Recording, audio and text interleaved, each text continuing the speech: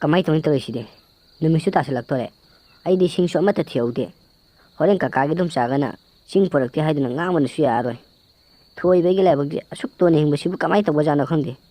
Imana di makhoi ga manaruno haidiba adubu makhoi na ngang thok thok fodane mina taba ya da wada ngangba. Parse thoi bam laksada sano. Aisu yum hanaba tawage numi tasilagtore ba lambena ga lamben sangbane. Asumna thoi ba do mayumda halaklami. Thoi bana lakle ba lambela do sangmana mara moiduna numi sum tasilaglammi. Thoi bagi mama dusu machanupa thoi babu halakpa sumangda leptuna ngairami. Thoi basu thongalom dagi mayum lomda changlaklammi.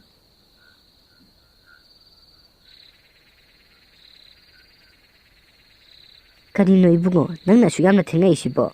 Nangbo yumdaga changamda ngai singyom ba chalwiraba. Pungsu aya khore asomna nongmata thengna halaktaba nangna ngasidi asu yamna thengai se karigino ba. Ima karai dige singyon banoda.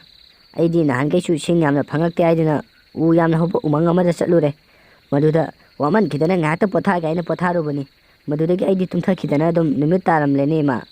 Aduna sing amata chalaktre ma. Nasana halaise umangdudagi ne yum tamna dum halaklabani. Nasane karimta langphang amta tawjarude ma. Onthok pani ta ko ibungo nangse. Karigino nangna adu yamna lapna challoidubo.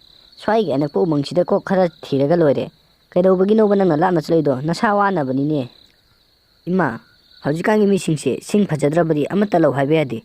Aduna nasana sing khara phajaba mafam yengge haiduna chalubane. Akoi swaigi umangsidi sing phajabasu amata laite.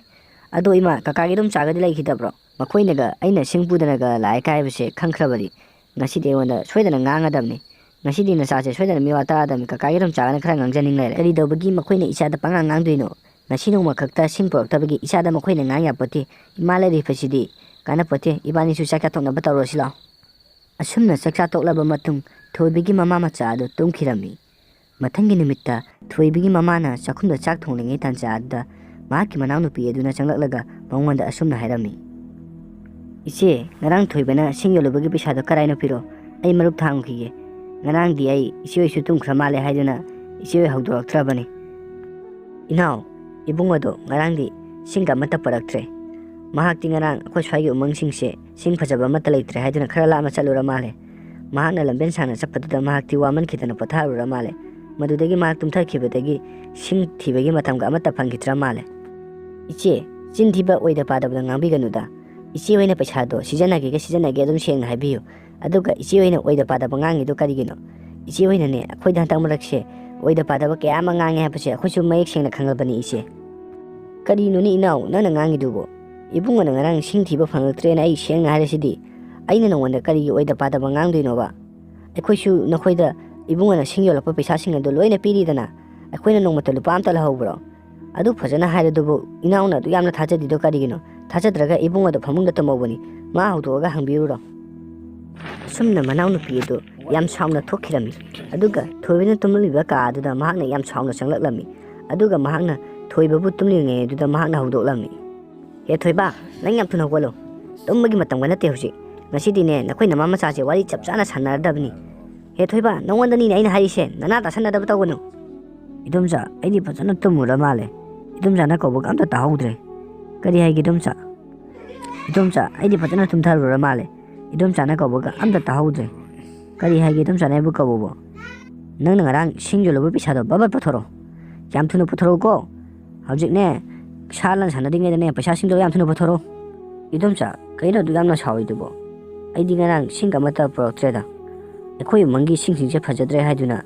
Thangnaba khongi umang aduda singchan ga haiduna chalubani adubu lamben je sangman khibadagi aina waman kitana patharubani maduda aidi tumtha khidarame aina makeup tholakhodadi nimit talerame aduna singa mata poroktre ngasi kharanga na chakya haina khalibani idumcha he angang nangi na sinthiba oida padawdo nga kanu nakhoi nama masa se yam hairena ha huran bagadi yam haidawriba sasat pathoro ko paisa singdo maduna trabdi kya pharoi noi idumcha wai gwa chumna ngangnasi aduga idumchana mina taabda sawningada wa ta khondado sijanarakhanu aikhoina idumchada akaiba kai thokage aina ngarang sing chalaktrena phaja sengna hairedana idumchana suyam thaja dije karigino thoibega madum chaga du khanabda taabdegi thoibegi mamaga kakaga du changlaklami kaidoba yawnare nakhoina adu yamna khon kana ngangnaribdo laikai myam si mamangda ikaidabro nakhoibo ibunga tomba atai kari kisu natte ꯀꯩꯁꯨ ꯂꯩꯇꯕ ꯋꯥꯅꯤꯗ ꯉꯔꯥꯡ ꯏꯆꯥ ꯊꯣꯏꯕꯅ ꯎꯃꯪꯗ ꯁꯤꯡ ꯆꯟꯕ ꯆꯠꯂꯨꯕꯗꯣ ꯑꯩꯈꯣꯏ ꯎꯃꯪꯒꯤ ꯁꯤꯡꯁꯤꯡꯁꯤꯗꯤ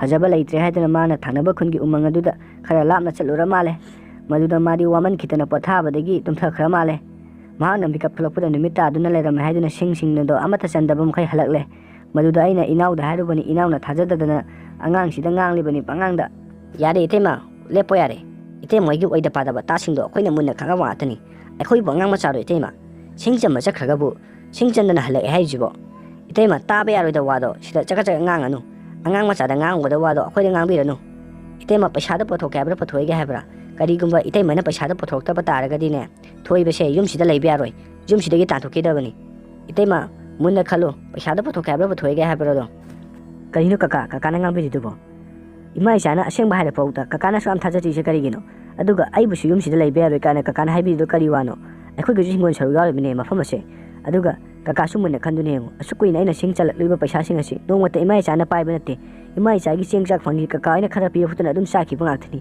ꯑꯩꯈꯣꯏꯅ ꯂꯨꯄꯥ ꯑꯝꯇ ꯂꯧꯕ ꯅꯠꯇꯦ ꯑꯗꯨꯒ ꯑꯁꯨꯛ ꯀꯨꯏꯅ ꯑꯩꯈꯣꯏꯅ ꯇꯧꯕꯤꯔꯛꯏ ꯃꯌꯥꯝ ꯑꯁꯤ ꯀꯀꯥ ꯑꯣꯏꯅ ꯈꯪꯗꯕ ꯃꯈꯩ ꯑꯗꯨ ꯌꯥꯝꯅ ꯅꯥꯄꯟ ꯀꯥꯔꯒ ꯉꯥꯡꯉꯤꯕꯗꯨ ꯀꯀꯥꯁꯨ ꯃꯨꯟꯅ ꯈꯟꯗꯨꯅ ꯌꯦꯡꯉꯨ ꯀꯔꯤ ꯅꯪꯒꯨꯝꯕꯅꯁꯨ ꯑꯩꯈꯣꯏꯗ ꯄꯥꯎꯇꯥꯛ ꯄꯤꯕ ꯌꯥꯕ꯭ꯔꯣ ꯉꯁꯤ ꯍꯥꯏꯕ ꯅꯨꯃꯤꯠꯁꯤꯗꯒꯤ ꯅꯪ ꯌꯨꯝꯁꯤꯗ ꯂꯩꯕ ꯌꯥꯔꯣꯏꯗꯤ ꯌꯥꯔꯣꯏ ꯅꯪꯁꯦ ꯅꯁꯥꯅ ꯅꯁꯥꯕꯨ ꯀꯔꯝꯕ ꯃꯤꯅꯣ ꯍꯥꯏꯕꯁꯤ ꯅꯪ ꯈꯪꯖꯗ꯭ꯔꯕ ꯅꯠꯇ꯭ꯔꯣ ꯑꯩ ꯉꯁꯤꯗꯤ ꯅꯪꯉꯣꯟꯗ ꯇꯥꯛꯂꯒꯦ ꯅꯪꯁꯦ ꯏꯇꯩꯅ ꯂꯩꯔꯤꯉꯩ ꯃꯇꯝ ꯑꯗꯨꯗ ꯅꯪꯁꯦ ꯌꯨꯝꯁꯤꯗ ꯄꯨꯁꯜꯂꯒ ꯌꯣꯛꯈꯤꯕ ꯑꯉꯥꯡꯅꯤ ꯑꯗꯨꯒ ꯀꯩꯗꯧꯕꯒꯤ ꯅꯪꯒꯤ ꯍꯤꯡꯒꯣꯜ ꯁꯔꯨꯛ ꯄꯤꯗꯣꯏꯅꯣ ꯉꯁꯤ ꯍꯥꯏꯕ ꯅꯨꯃꯤꯠꯁꯤꯗꯒꯤ ꯅꯪ ꯌꯨꯝꯁꯦ ꯊꯥꯗꯣꯛꯇꯨꯅ ꯆꯠꯈꯤꯗꯕꯅꯤ ꯑꯃꯨꯛꯅꯁꯨ ꯌꯨꯝꯁꯤꯗ ꯈꯨꯡꯒꯨꯟ ꯇꯥꯔꯛꯄꯁꯨ ꯌꯥꯔꯣꯏ ꯏꯇꯩꯃ ꯋꯥꯁꯦ ꯃꯈꯥ ꯌꯥꯝꯅ ꯁꯥꯡꯗꯔꯒꯨꯝꯁꯤ ꯑꯗꯨꯅ ꯊꯣꯏꯕꯕꯨ ꯉꯁꯤ ꯍꯥꯏꯕ ꯅꯨꯃꯤꯠꯁꯤꯗꯒꯤ ꯌꯨꯝꯁꯦ ꯊꯥꯗꯣꯛꯇꯨꯅ ꯆꯠꯍꯟꯈꯤꯒꯗꯕꯅꯤ ꯑꯗꯨꯒ ꯏꯇꯩꯃꯗꯤ ꯇꯥꯆꯧꯅ ꯂꯧꯔꯝꯕꯅꯤꯅ ꯌꯨꯝꯁꯤꯗ ꯑꯗꯨꯝ ꯂꯩꯕ ꯌꯥꯒꯅꯤ ꯃꯁꯤꯗ ꯏꯇꯩꯃꯅ ꯊꯣꯏꯕꯕꯨ ꯑꯃꯨꯛ ꯍꯟꯅ ꯌꯨꯝꯁꯤꯗ ꯈꯨꯡꯒꯨꯟ ꯇꯥꯍꯜꯂꯛꯄ ꯇꯥꯔꯒꯗꯤ ꯏꯇꯩꯃ ꯅꯅꯥꯎꯕꯨ ꯐꯠꯇꯦ ꯍꯥꯏꯒꯅꯨ ꯀꯩꯅꯣ ꯏꯅꯥꯎꯆꯥ ꯅꯈꯣꯏꯅ ꯉꯁꯤ ꯑꯩꯉꯣꯟꯗ ꯍꯥꯏꯔꯤꯕ ꯋꯥꯁꯤꯡ ꯑꯁꯤꯕꯨ ꯏꯆꯦꯒꯤ ꯀꯞꯁꯤꯜ ꯂꯥꯎꯁꯤꯟꯅꯕꯗꯨꯅꯅꯦ ꯀꯥꯟꯅꯔꯣꯏ ꯌꯥꯝ ꯊꯨꯅꯅꯦ ꯊꯣꯏꯕꯕꯨ ꯆꯠꯍꯟꯈꯤꯒꯗꯕꯅꯤ ꯑꯩꯈꯣꯏꯁꯨ ꯊꯣꯛꯑꯒꯦ ꯐꯔꯦ ꯏꯆꯦ ꯉꯁꯤ ꯍꯥꯏꯕ ꯅꯨꯃꯤꯠꯁꯤꯗꯅꯦ ꯊꯣꯏꯕꯕꯨ ꯆꯠꯍꯟꯗ꯭ꯔꯕ ꯏꯆꯦꯁꯨ ꯑꯩꯈꯣꯏꯕꯨ ꯐꯠꯇꯦ ꯍꯥꯏꯒꯅꯨ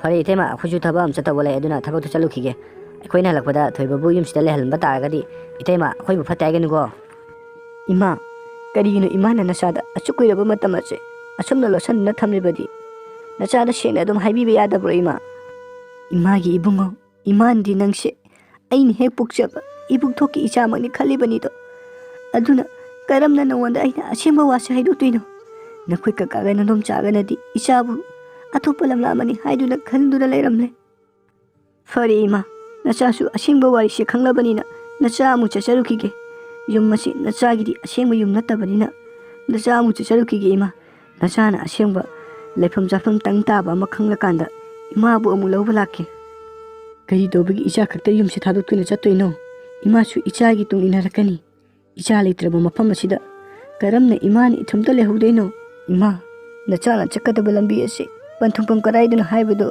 ꯈꯪꯕ ꯂꯩꯇ꯭ꯔꯤꯕꯅꯤꯅ ꯏꯃꯥꯕꯨ ꯀꯔꯝꯅ ꯅꯆꯥꯅ ꯄꯨꯗꯨꯅ ꯆꯠꯇꯣꯏꯅꯣ ꯅꯆꯥꯅ ꯏꯃꯥꯆꯥꯒꯤ ꯂꯩꯐꯝ ꯆꯥꯐꯝ ꯑꯃ ꯍꯦꯛ ꯈꯪꯕꯒ ꯅꯆꯥꯅ ꯁꯣꯏꯗꯅ ꯏꯃꯥꯕꯨ ꯂꯧꯕ ꯂꯥꯛꯀꯅꯤꯌꯦ ꯃꯗꯨ ꯌꯥꯗꯦ ꯏꯕꯨꯡꯉꯣ ꯏꯃꯥꯁꯨ ꯏꯆꯥꯒꯤ ꯇꯨꯡ ꯏꯟꯅꯔꯛꯀꯅꯤ ꯏꯃꯥ ꯃꯈꯣꯏꯒ ꯂꯩꯃꯤꯟꯅꯍꯧꯕ ꯉꯝꯃꯣꯏ ꯏꯃꯥ ꯅꯆꯥꯅ ꯍꯥꯏꯁꯦ ꯑꯁꯦꯡꯕꯅꯤ ꯅꯆꯥꯅ ꯏꯃꯥꯕꯨ ꯌꯥꯝ ꯊꯨꯅ ꯂꯧꯕ ꯂꯥꯛꯀꯅꯤ ꯏꯃꯥ ꯅꯆꯥꯕꯨ ꯊꯥꯖꯕꯤꯌꯣ ꯏꯃꯥꯕꯨꯁꯨ ꯅꯆꯥꯅ ꯄꯨꯗꯨꯅ ꯆꯠꯅꯤꯡꯉꯤ ꯑꯗꯨꯕꯨ ꯀꯔꯥꯏꯗ ꯄꯟꯊꯨꯡꯐꯝ ꯑꯣꯏꯒꯅꯤ ꯈꯜꯂꯨꯗꯕꯅ ꯅꯆꯥꯅ ꯏꯃꯥꯕꯨ ꯄꯨꯗꯨꯅ ꯆꯠꯂꯨꯕ ꯃꯇꯝꯗ ꯏꯃꯥ ꯅꯉꯣꯟꯗ ꯌꯥꯝꯅ ꯋꯥꯒꯅꯤ ꯑꯗꯨꯅ ꯏꯃꯥ ꯅꯆꯥꯕꯨ ꯊꯥꯖꯕꯤꯌꯨ ꯅꯆꯥ ꯅꯣꯡꯃꯗꯤ ꯁꯣꯏꯗꯅ ꯂꯧꯕ ꯂꯥꯛꯀꯦ ꯐꯔꯦ ꯏꯆꯥꯅꯁꯨ ꯏꯃꯥꯕꯨ ꯄꯨꯗꯨꯅ ꯆꯠꯅꯤꯡꯗ꯭ꯔꯕꯅꯤꯅ ꯁꯥꯒꯨꯝꯂꯕ ꯃꯈꯣꯏꯒ ꯂꯩꯃꯤꯟꯅꯒꯗꯣꯏ ꯁꯔꯨꯛꯄꯨꯗꯤ ꯏꯃꯥꯁꯨ ꯑꯇꯣꯞꯄ ꯃꯐꯝ ꯀꯔꯥꯏꯗꯅꯣ ꯍꯥꯏꯕ ꯑꯃ ꯆꯠꯈ꯭ꯔꯒꯦ ꯐꯔꯦ ꯏꯃꯥꯒꯤ ꯊꯃꯣꯏꯅꯕꯨ ꯑꯗꯨꯝꯅ ꯌꯧꯔꯕꯗꯤ ꯏꯃꯥ ꯅꯆꯥꯒ ꯄꯨꯟꯅ ꯆꯠꯃꯤꯟꯅꯈ꯭ꯔꯁꯤ